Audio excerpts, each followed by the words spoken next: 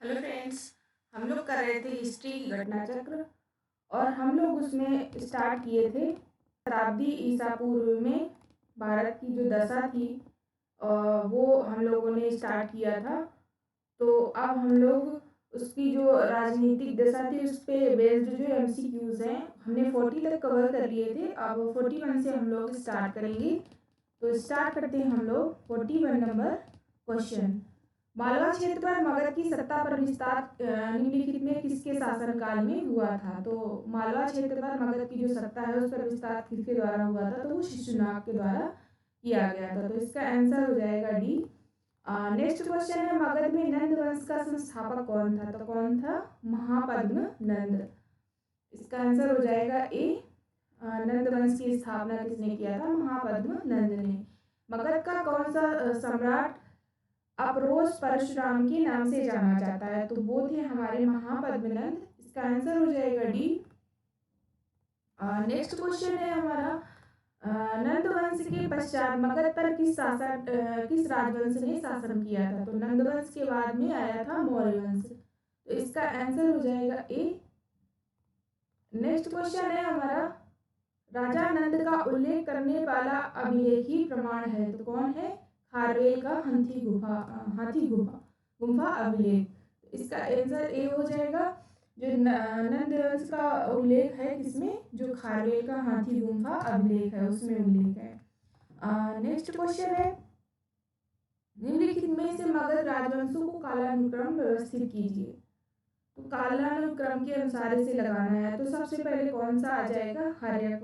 सबसे पहले आ जाएगा हर्यवंश, फिर नंद वंश, और फिर इसके बाद आ जाएगा मौर्य वंश, फिर आ जाएगा शुंग वंश। तो इसका आंसर हो जाएगा बी।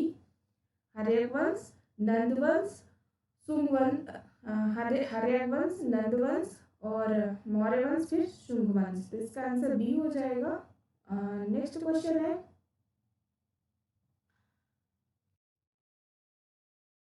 क्वेश्चन है इसका आंसर बी हो जाएगा।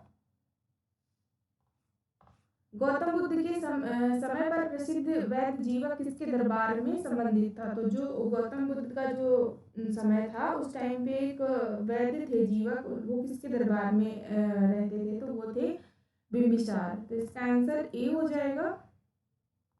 नेक्स्ट क्वेश्चन है, निम्नलिखित कथन ए और बी को पढ़ें और नीचे दिए गए कूटों पर सही उत्तर का चयन करें।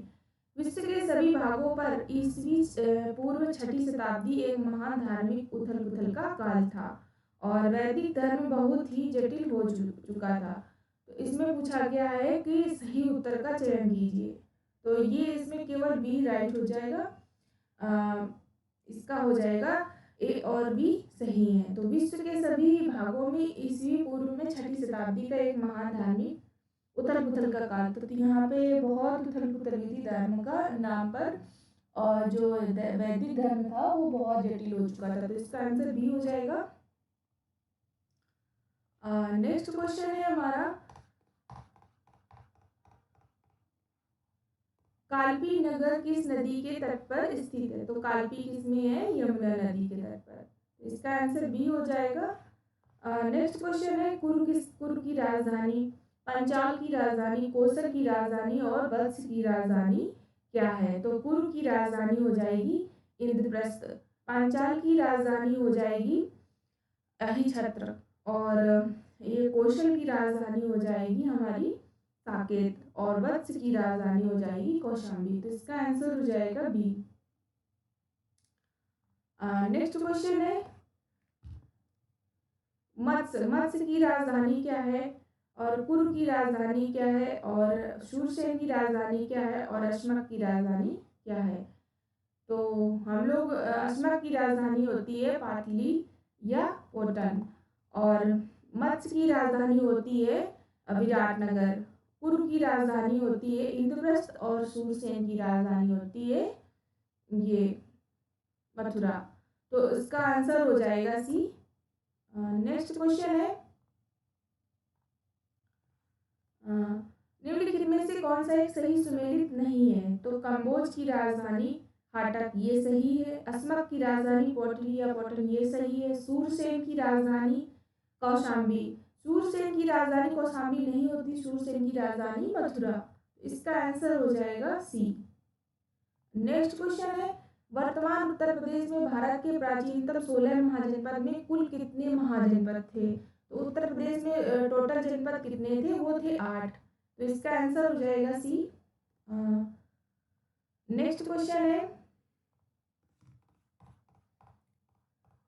निम्नलिखित में से कौन सा कथन भारतीय प्राचीन भारत की श्रेणी व्यवस्था के बारे में असत्य है? तो कौन सा कथन असत्य है? श्रेणी व्यवस्था मात्र उत्तर भारत में प्रचलित थी। तो इसका आंसर हो जाएगा डी। बाकी ये 3 सही है। श्रेणी व्यापारियों और कारीगरों का संगठन थी। उत्पादित वस्तुओं की गुणवत्ता और कीमत संबंधित श्रेणी द्वारा निर्धारित की जाती थी। ये भी सही है। श्रेणी अपने सदस्यों के आचरण पर भी नियंत्रण रखती थी। तो ये तीनों इसके बारे में सही है। और ये जो श्रेणी व्यवस्था मात्र उत्तर भारत में प्रचलित थी, ये गलत है। तो इसका आंसर हो जाएगा डी। तो इस वीडियो में इतना ही। अब हम लोग नेक्स्ट वीडियो में कवर करेंगे यूनानी भारत पर आक्रमण। तो जो यूनानी आक्रमण करते हैं भारत पर, वो कब और कहाँ कैसे किया, ये सब हम अगले वीडियो में कवर करेंगे। Thank you.